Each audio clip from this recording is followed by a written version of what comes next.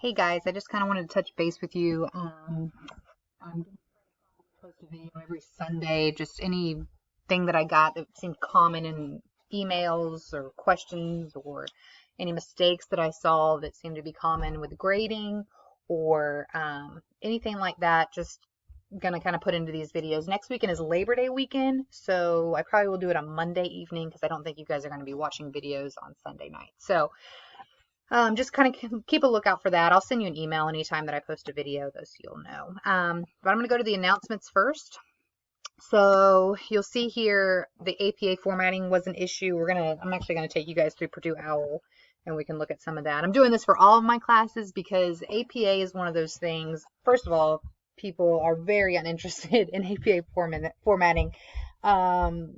It's just not a fun thing is to learn how to cite properly. If you think it's fun, then you are definitely in the minority of opinion there. It but to something that people are already kind of not interested in and not comfortable with, when you take and you switch the addition from 6th to 7th, it becomes even a little bit more confusing. So in all of my classes, this first video, I am talking about APA formatting.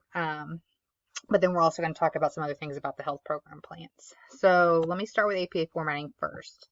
Don't try to post citations without looking at the template, because more than likely whatever you're used to and whatever you were comfortable with on 6th, there's probably 1 or 2 changes made on 7th. I'm going to give you guys the web example because that seems to be the most common resource that you guys are citing to me, which is fine unless I require something like a journal or something. I'm fine with websites. However, unless you're giving me like just this completely unreliable source, then I might reach out to you and say, hey, how about not that one?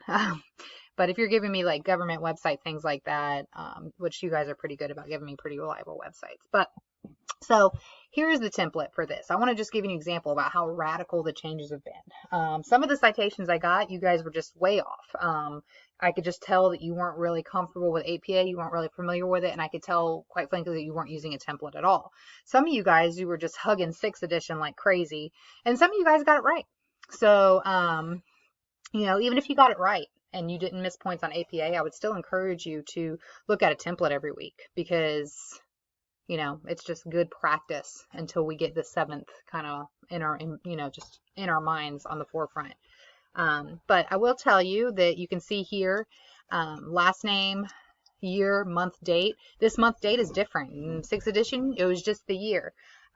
For the title page, that was not italicized. This year it is. The site name used to be italicized and now it's not. So it's like these two have switched. The URL, one thing that is especially common right now is people are putting retrieved from before you put your URL in.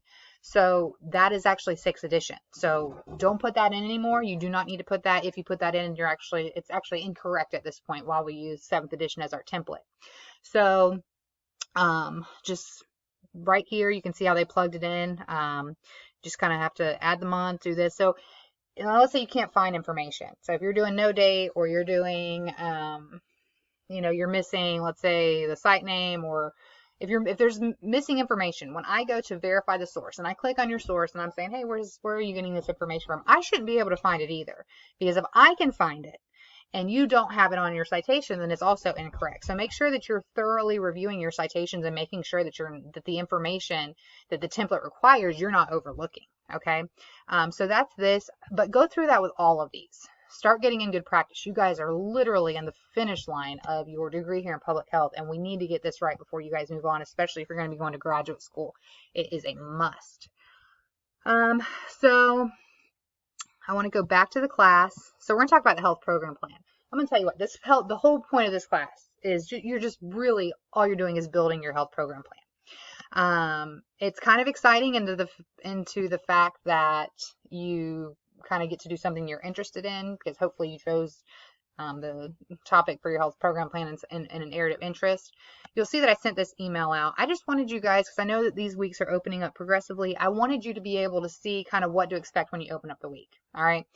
So selection of population setting, you guys have the textbook for this class where you can go to the content section. You can look up this stuff individually. It might not match with the week because we are progressively building this program plan, so it doesn't always match up with the week. So you might have to go to the content section or the concordance and find where this is at and then look it up. Or I will post some resources. There's tons of resources available online, but this is an online class. Anytime you have a fully online class, I know some of you guys wish that we were in class or at least at a hybrid format, but with COVID-19 right now and just some of the extra responsibilities as us public health professors and just all around, this is what we had to do at this point. So we're going to make the best of it. But online classes require you to do more research on your own.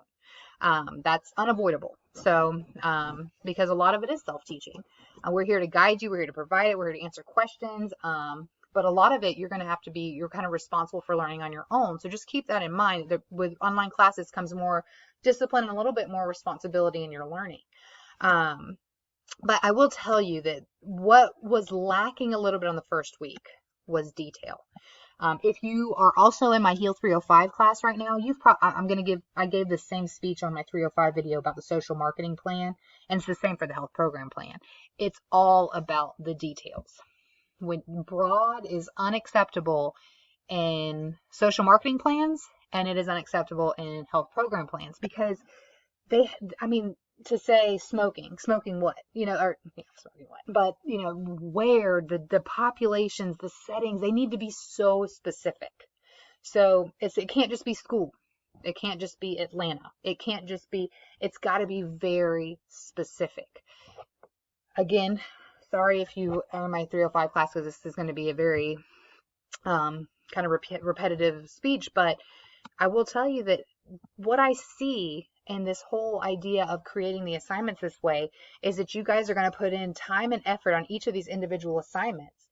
And if you get feedback, you're going to correct it. And the process of putting your project together and do this whole plan together at the end is going to be very easy for you, because you will be plugging in information that you have already completed.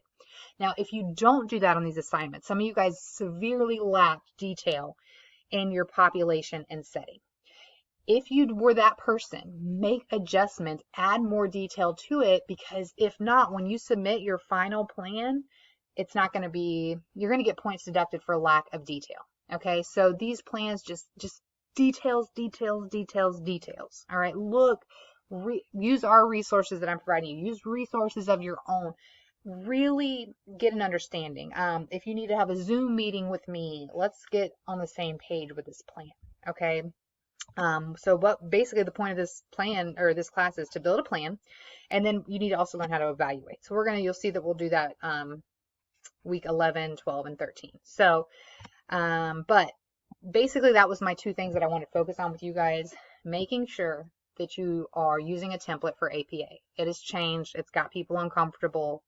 Totally understandable. I'm in my doctoral work, had me real uncomfortable when it switched, but use the templates. That's what they're there for. Submitting an assignment with details. Every time you submit something for this program plan, make it just over the top with details.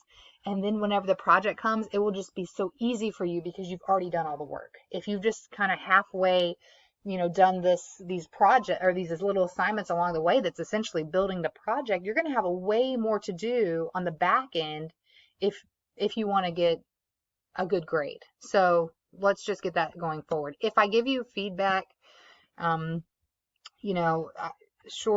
give you some feedback. If you have questions or if you want me to go in more detail, let's have a meeting scheduled or set it up. Let's chat via email and go back and forth. I want you guys to understand it. So just make sure that you're getting with me.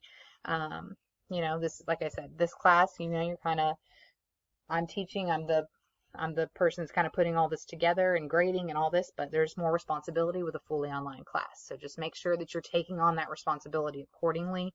And then I'll be putting out announcements.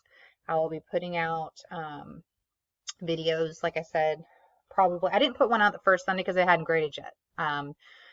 Weeks are Wednesday to Tuesday. I know that's kind of different, but this semester was consolidated in 13 weeks, not 16. So we needed to hit the ground running right away.